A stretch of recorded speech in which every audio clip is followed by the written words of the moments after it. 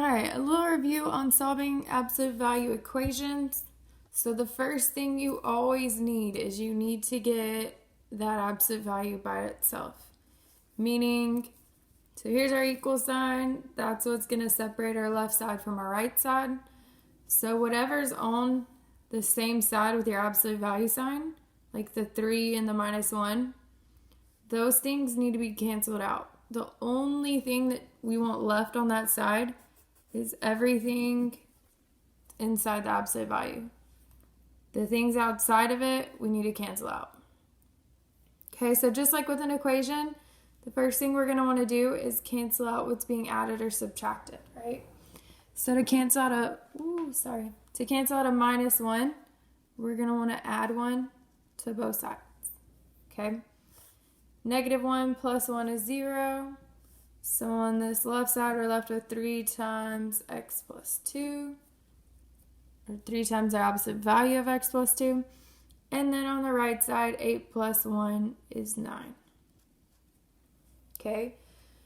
So this 3, there's nothing in between the 3 and the absolute value, so they're being multiplied. And we know the opposite of multiplication is division, so we're going to divide both sides by 3. 3 divided by 3 is 1. So we can cancel those out. So we're left with the absolute value of x plus 2 equals 9 divided by 3, which is 3. Okay, so now if you'll see on this left side, the only thing that's on our left side is everything that's contained inside of our absolute value. We got rid of the 3 that was on the outside and the -1 that was on the outside. So we're good there. So now what we want to do is we want to split this up into our 2 different scenarios, right? So the first one, you keep everything just like it is, but we're going to drop the absolute value signs, okay? So we would have just an x plus 2, no absolute value signs anymore, equal to 3. And then our second option, you're not changing what's inside of your absolute value sign, so the x plus 2 stays how it was. The only thing that you're changing is what if that were to have equaled a -3. Okay, so those are 2 different scenarios that we're going to solve. So to solve these equations, we need to get x by itself. To get x by itself, we want to cancel out this plus 2 that's on the same side as our x. So to do that, we're going to subtract 2. 2 minus 2 is 0. So we get x equals 3 minus 2, which is 1. Okay. Same thing over here. Subtract 2 from both sides. 2 minus 2 is 0. And -3 minus 2 is a -5. So those would be our 2 answers. And we can write it like this. X equals, put a little bracket, -5 and 1. The reason I put -5 first is because they like to list the answers from smallest to largest. It doesn't matter though. Both -5 and 1 are our answers. Okay? Alright. So our next example we could look at, right? We have a negative outside of our absolute values of 4 minus 8y equals 12. Okay, so once again, we got to check and make sure our absolute value is by itself. You don't have to draw this line. It's just easy to help you guys see the left side from the right side. So on this left side, almost everything on the left side is contained inside of our absolute values, except for this negative. So one way to think of this is like a -1. Oops, my one hit up. It's like a -1 is being multiplied out front. Okay, so to cancel out a negative that's being multiplied, we want to do the opposite of multiplying, and we want to divide by that -1. So we're going to divide both sides by a -1. A negative divided by a negative makes a positive. They cancel out. So we have the absolute value of 4 minus 8y equals positive 12 divided by -1 makes it a -12. So here's what you should notice. We have an absolute value all by itself, and it's equal to a negative number. Once you get your absolute value isolated or by itself on one side and it equals a negative, you're done because your answer is automatically going to be no solution. Okay?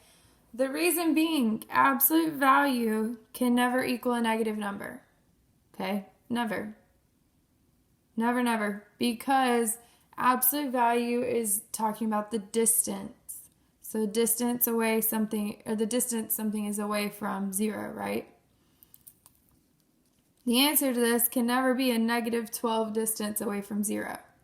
It wouldn't work. So our answer is no solution. Okay?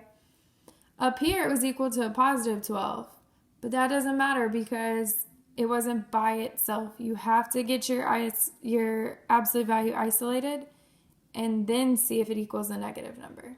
So once we isolated it, it equaled a negative 12. So our answer was no solution. All right, next example. I want to give you one with a few more steps to it. So we have 2/3 times our absolute value of 4w minus 1 minus 6 equals 10. So we want to get the absolute value by itself, meaning everything on that same side with absolute value that's not inside of our absolute value needs to go away. Okay? So we have a 2/3 being multiplied, and then we have a 6 being subtracted. We want to cancel out these 6 being subtracted first. So opposite of subtracting 6 would be to add 6. Okay? We want to do that to make that cancel out and go to 0, and whatever we do to one side, we have to do the other side. So now we have a 2/3 times the absolute value of 4w minus 1 equals 16. All right, so you could do this in 2 different steps. Well, we know we need to cancel out the 2/3 that's being multiplied. So you could do it in 2 different steps, okay? One step would be to cancel our 3 that's being divided by multiplying both sides by 3, right? The other way, let's put the sides in parentheses. And then to cancel out that 2 that's being multiplied, cancel out multiplication, we need to divide, right? So, essentially multiplying by 2/3 and then multiplying by 3/2. So you flip your fraction. Those are going to cancel each other out. Because the 2 that's being multiplied and divided would cancel each other out. And then the 3 that's being multiplied and divided would cancel each other out. Okay, so then on the right side, you've multiplied by 3 and you've divided by 2, which is what we would need to have done over here. Okay, so I'll show you why real quick. If that made sense to you, you don't have to watch this part. You can skip ahead a few seconds. If not, let me explain.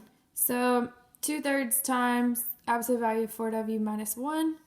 It's the same as writing it as 2 times 4w minus 1 divided by 3. It's the same thing. So if we wanted to cancel out the 3 that's being divided, we would, I'll do this, multiply by 3. And then if we want to cancel out the 2 that's being multiplied, we're going to divide by 2. Right? So essentially we multiply by 3/2, which is what we're doing up here. Okay? So by doing that, we've canceled our 3's, we've canceled out our 2's, so we're left with, the absolute value of 4w minus 1 equals, and then we need to multiply this side out, sorry.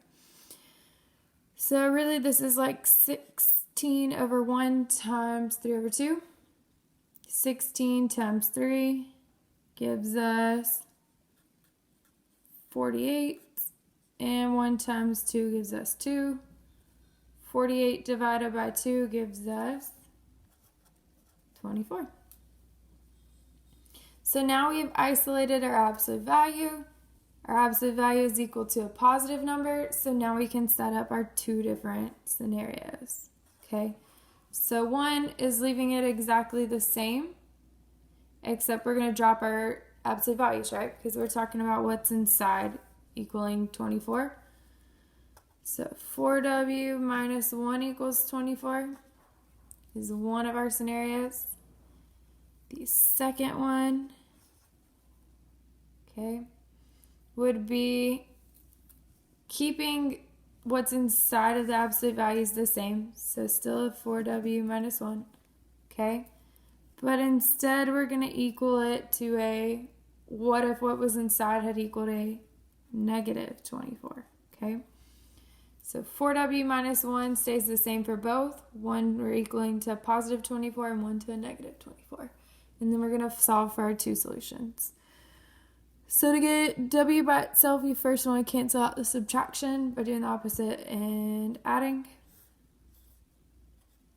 So we get 4w equals 25.